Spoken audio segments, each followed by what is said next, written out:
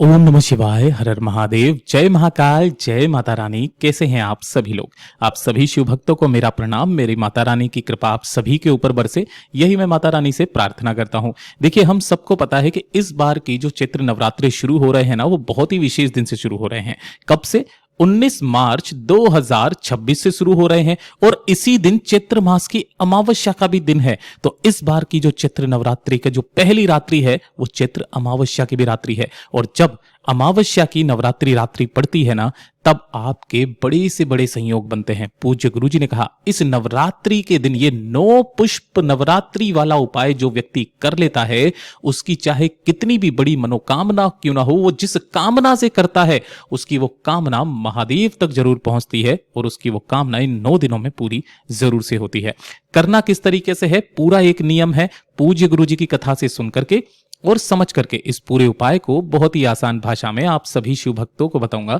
परंतु उससे पहले आप सबसे बस एक छोटी सी प्रार्थना करना चाहूंगा कि जो भी शिव भक्त पहली बार आए हैं, चैनल को सब्सक्राइब जरूर से कीजिएगा और वीडियो को लाइक करके देव आदिदेव महादेव का कोई सा भी प्यारा नाम कमेंट बॉक्स में लिखना बिल्कुल भी मत भूलिएगा।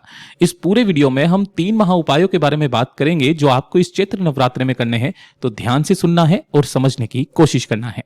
सबसे पहले बात करते हैं हमारे पहले वाले उपाय की।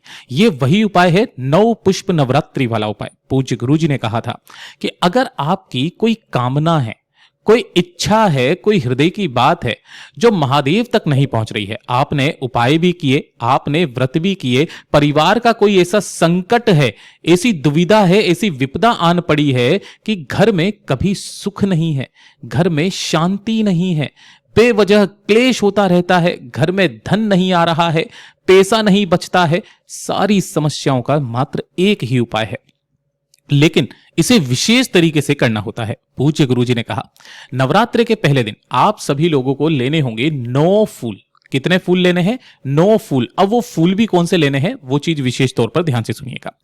अगर आपको इस तरीके से जो इजीली अवेलेबल हो जाए गेंदे के फूल, तो आपको 9 गेंदे के फूल ले लेने हैं।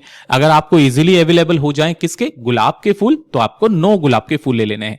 कहने का मतलब कोई से भी फूल ले सकते हो, लेकिन 9 लेने हैं। एक फूल को छोड़ करके जो होता है केतकी का फूल, इसे भूलवश भी काम में नहीं लेना है। ठीक है, 9 फूल आपने लिए हैं और इसी के साथ में 1 लोटा शुद्ध जल अपने घर का लेना है, तांबे के कलश में।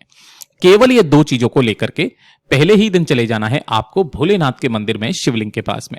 शिवलिंग के पीछे की तरफ में आपको आसन लगा करके बैठ जाना है, जिससे आपका मुख उत्तर दिशा की तरफ में हो जाएगा। जो पूजा पाठ अर्चना आपको करनी है, वो वैसे ही भली बाती जैसे आप करते हो पहले वो कर लीजिएगा। हल्दी, रोली, कुमकुम, चावल, चंदन जो आप समर्पित करते हो वो समर्पित कर देना। सबसे पहले 1 लोटा शुद्ध जल अपने दोनों हाथों में आपको लेना है, अपना नाम बोलना है, अपना गोत्र बोलना है, जिस तिथि को कर रहे हो उस तिथि को बोलना है और अपनी कामना कह करके संपूर्ण जल को पहले शिवलिंग के ठीक ऊपर समर्पित कर देना है, श्री शिवाय नमस्तुभ्यम मंत्र का स्मरण करते हुए। जैसे ही संपूर्ण जल समर्पित हो जाएगा, उसके पश्चात आपको शिवलिंग को अच्छे से धुल लेना है, साफ कर लेना है। साफ करने के पश्चात एक मंत्र जो पूज्य गुरुजी ने बताया, अपनी कामना कह करके, कौन सा? श्री शिवाय नमस्तुभ्यम। इस मंत्र का स्मरण करते हुए जो 9 फूल आपने लिए हैं, उन 9 फूलों से आपको महादेव की शिवलिंग का श्रृंगार करना है। किसी भी तरीके से कर सकते हो, जलाधारी पर कहीं पर भी आपको अपनी कामना मन में कहते हुए उन 9 फूलों से महादेव की शिवलिंग का अच्छे से श्रृंगार कर देना है, इस तरीके से। ठीक है, और अपनी कामना कह करके वापस घर की तरफ चले आ जाना है। लेकिन ये वाला उपाय अभी पूरा नहीं हुआ है, अब ध्यान से सुनिएगा। पहला जो दिन होगा उस दिन आपको 9 शिवलिंग के ऊपर फूल समर्पित करने होंगे। ठीक है, अगला दिन जब आएगा तो अगले दिन आपको दूसरे दिन इसी के अंदर 9 फूल और ऐड कर लेना, 18 फूल समर्पित करने होंगे, है ना, 1 लोटा जल चढ़ा करके अपनी कामना कह करके। तीसरे दिन आपको 27 फूल समर्पित करने होंगे। चौथे दिन आपको फिर से वापस 9 ऐड कर लेने हैं इसके अंदर, तो 36 फूल समर्पित करने हैं।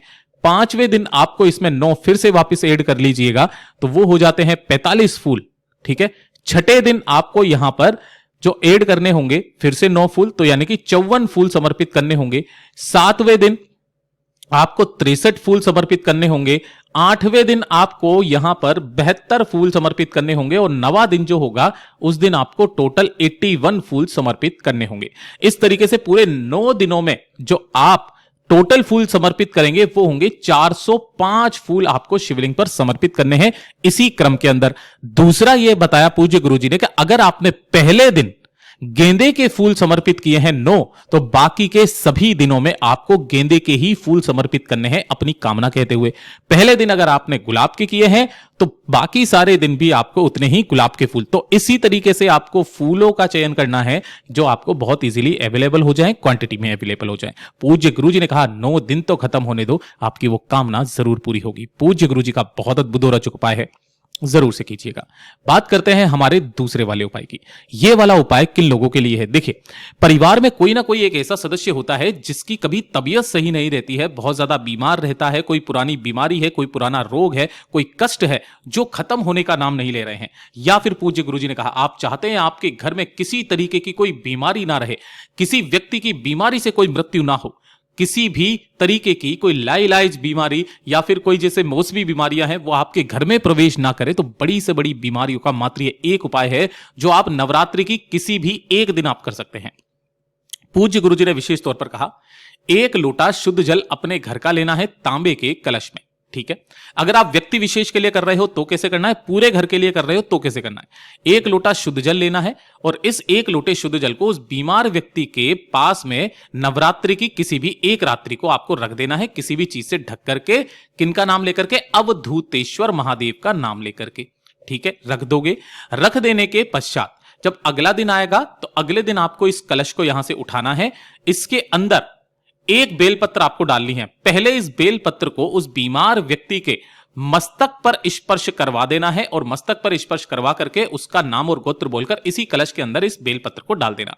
अब ये वाला जो बेलपत्र का जल है, आपके घर के आसपास जो भी नीम का पेड़ हो, क्योंकि 10 महाविद्याओं का वास इन नवरात्रों में नीम के पेड़ के नीचे होता है, आपको उस संपूर्ण जल को बेलपत्र के साथ ही उस बीमार व्यक्ति का नाम और गोत्र बोल करके उसकी संपूर्ण बीमारी को खत्म करने की कामना करके यहां पर समर्पित करना है। केवल नवरात्रि की एक दिन आपको करना है। पूज्य गुरुजी ने कहा अगर इसी वाले उपाय को आप पूरे घर के लिए करना चाहते हैं तो पूरे घर के लिए 1 लोटा जो जल लिया है इसे पूरे घर में घुमा करके आपके घर में जहां पर भी पानी पीने का स्थान होता है, परिंदा होता है, उस परिंदे के पास में रख दिया जाता है नवरात्रि की किसी भी एक रात्रि को, चाहे गुप्त हो, चाहे चैत्र हो, चाहे शारदीय हो, और इसी के सम्मुख में एक गोल बाती का दीपक जला दिया जाता है अपनी कामना कह करके।